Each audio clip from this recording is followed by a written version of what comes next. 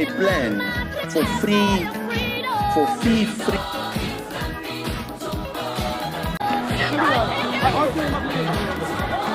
Mighty struggle. NSFAS has been expanded. Totally unprovoked. We were just marching as students. Violent student. This was... Hannah, this is a beautiful film. A film that tackles tangled subjects in a way that I haven't seen done in local media before. Freedom Istering is a very complex character that was so well written that by the third act, I was condoning his actions just for the man from Limpopo to have a win. Instead, he spiraled deeper into the abyss, deeper into his own personal hell. Freedom the movie is based on a classic 19th century Russian novel, Crime and Punishment. If you've read the book, Freedom will put a little smile on your face. It's not a beat-by-beat Mzansi portrayal of the novel, but I feel like the essential bleak storyline was used perfectly. The novel tells the story of Rodion Romanovich Raskolnikov, a young law student in St. Petersburg. Raskolnikov lives in abject poverty, and at the start of the story has run out of funds to continue his studies. Letters from his rural home only add to his distress when he realizes how much his mother and sister have sacrificed for his success. Increasingly desperate after selling the last of his valuables to an elderly pawnbroker, he resolves on a plan to murder and rob her. But the impact of carrying out this unthinkable act proves to be more than he was prepared for. The author of Crime and Punishment, Yazin, I'm not even going to attempt.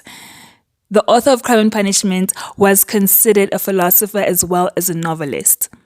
Later on in his life, he committed himself to psychological novels, focusing on subjects that are nihilistic, that are suffering from poverty, and those that have lost their reason for living.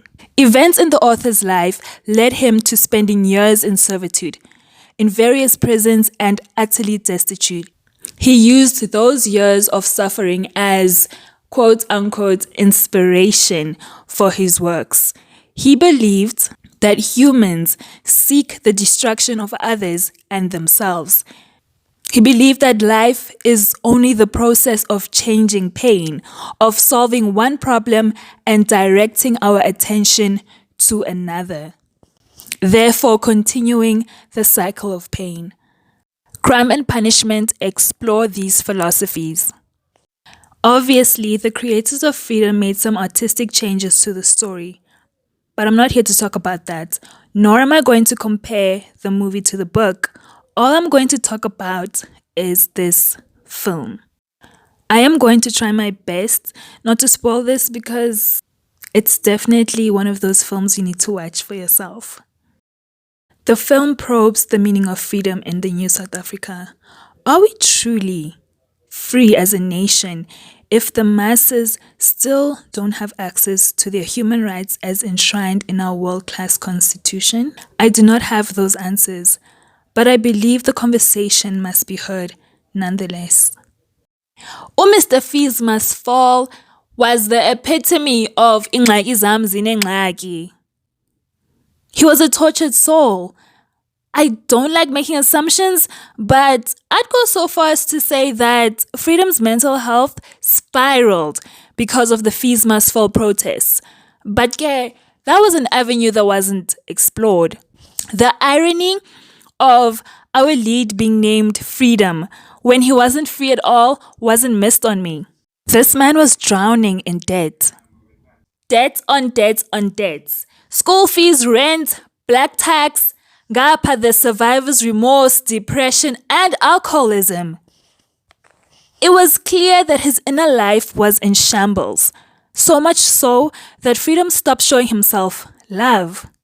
What was meant to be his place of refuge, his room, was bleak, cold, and filthy. Naye Wayengcolile. He slept in, agonized, drank, roamed aimlessly, and committed crimes in the same clothes for days. I'm sure Ivasta Piake was as safe as, but it was clear from the start that Freedom was under tremendous mental anguish. Even more so when he received the money, when he got that money, imeko yakhe, his reality didn't change. That was proof positive that ingxaki yakhe wasn't money at all, although at first it seemed like it was. When we met Freedom, he was still somewhat idealistic. It was clear from the start that it was easier to fix other people's problems than your own. Through the course of the film, we the viewer are led to believe in Freedom's justifications for his actions, and we reconcile them within ourselves. The realization of our mistake came when Freedom continued to show us that money isn't the place that we think it is. But it's easy to judge. It's easy to judge because we're on the outside looking in. It's easy to take the moral high ground because we're not in that situation. Jonga nam, I did it. For a long time, I was shouting at the TV, shouting at Freedom. Fine, umoshile, but yenzekile lento. Take this money, uye esikolweni, buyele esikolweni, uyophumelela. But did Freedom listen? Did that man from Limpopo listen? When they showed us those couple of scenes where Freedom was cocooning himself in his blankets, as filthy and as stinking as he was, it kind of made me realize that blankets actually do make us feel safe. And it's something that started in our childhood. We would cover ourselves in our blankets, or we would pretend to be sleeping when our parents wanted to come and discipline us. But then it hit me. If blankets make us feel safe, how much more for a safe, loving, healthy home? What was stopping Nkululeko from going home? What stopped him from stripping away the facade of being in school and just go home?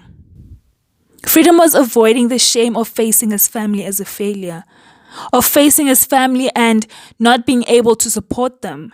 So, against all odds, the decision to live like a rat came easy to him. Freedom had the look and feel of a tortured artist. He was clearly intelligent, but he was struggling to articulate himself and he was struggling to structure his life. Not only that, he was in an environment that fostered licentiousness. His landlord had bupervetinyana. His drinking buddy was a walking tavern who failed his family. His brother-in-law was corrupt to the core. And umashonisa wake, she was vile, if we're being honest. Alina was the antithesis of hurt people. And she justified her actions by saying that she was forcefully removed from Sophia Town. I'm not making light of the situation. I'm just, come on, Paula man. By the end, Freedom was disillusioned and I did not blame him. I was hurt.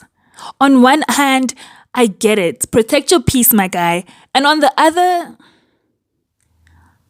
there's a deep understanding that it's only going to get worse from here. Freedom didn't have the tools to deal with his reality. And he wasn't even interested in dealing with his reality. Isn't that where a lot of us are?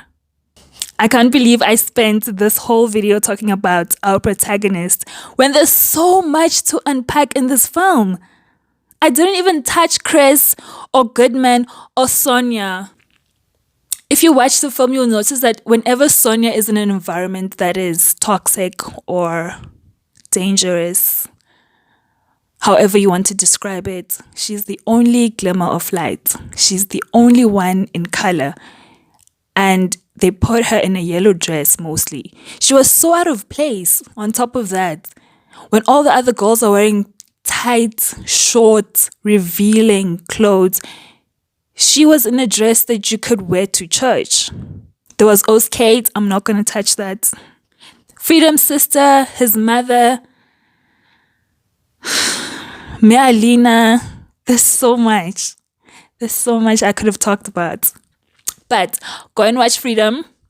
It's still available on DSTV Catch Up.